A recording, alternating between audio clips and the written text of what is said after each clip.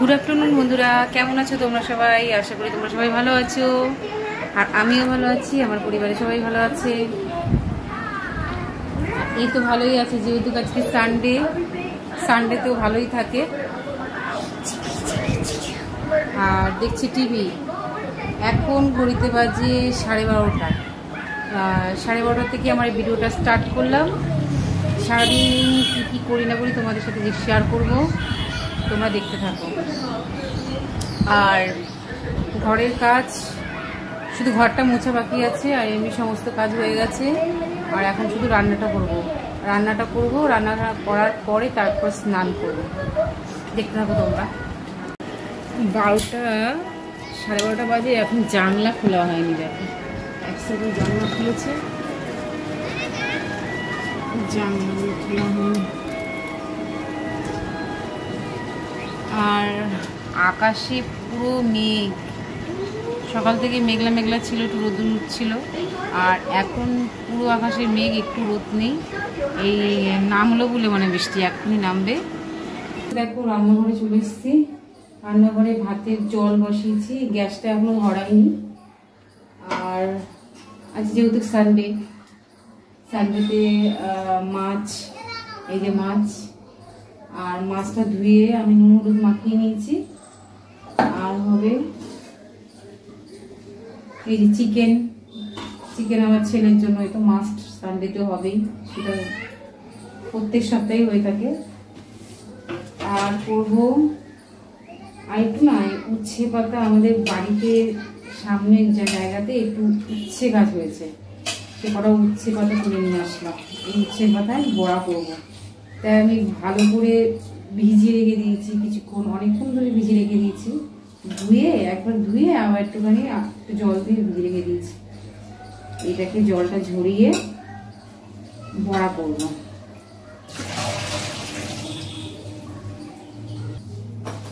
এই গ্যাসটা ধরালাম।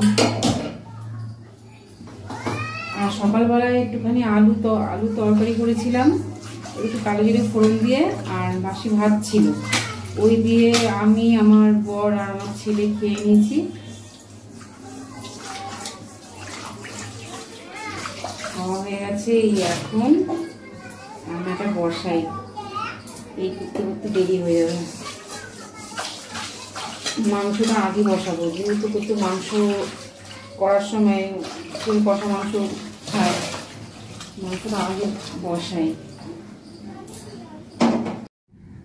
তো দেখো এখানে মাংসটা তো ফুটছে, আর পাশে আমি আটটা কড়াই বসিয়ে দিয়েছি, ওখানে মাছটা বসাবো। আর যেহেতু একটু অনেকটা বেলা হয়ে গেছে, একটু তাড়াহুড়োর মধ্যে আছি আর কি, যেহেতু শ্বশুর চলে আসবে। আর তার মধ্যে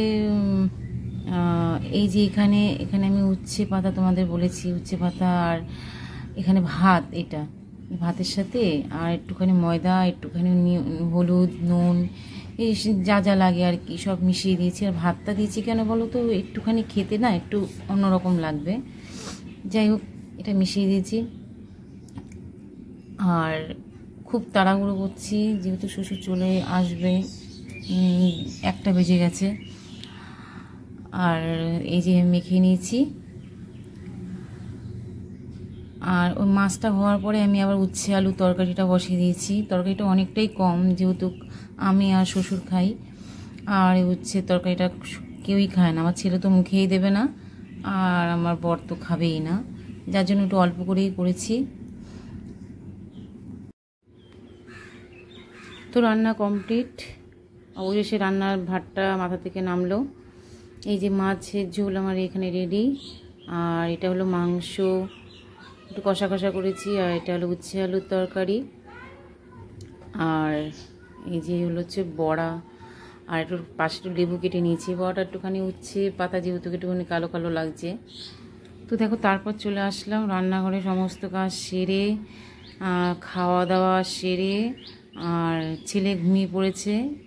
আর আমি একটুখানি ফোনের একটু এডিটের কাজটা একটুখানি করে নিচ্ছি। অল্প অল্প করে করলে কি বলো তো, একবার একটু চাপটা কমই পড়ে। আর একটু পরে এই ফোনের এডিটিং কাজটা করে তারপরে একটুখানি শোবো, তারপরে বিকালে যা কাজ আছে। আজ রবিবার তো মজাই মজা। আর দেখছে হচ্ছে গিয়ে টিভি। আর রাতে কি খাবি? রুটি?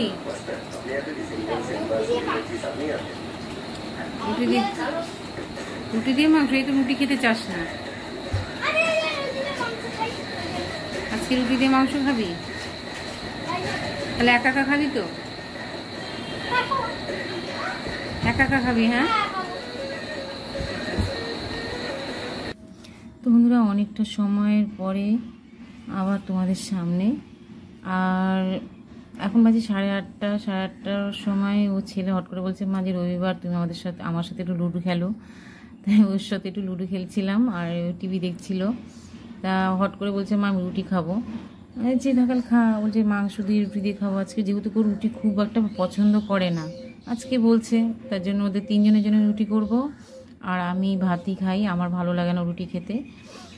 তাই রাত 9টা বাজলে আবার যাব রুটি করতে। তো বন্ধুরা, কেমন লাগলো আমার এই ছোট্ট ভিডিওটা? তোমাদের ভালো লাগলে একটু কমেন্টের মাধ্যমে জানিও। আর প্লিজ প্লিজ আমাকে একটু সাপোর্ট করো। আর ভালো থেকো, সুস্থ থেকো। টাটা।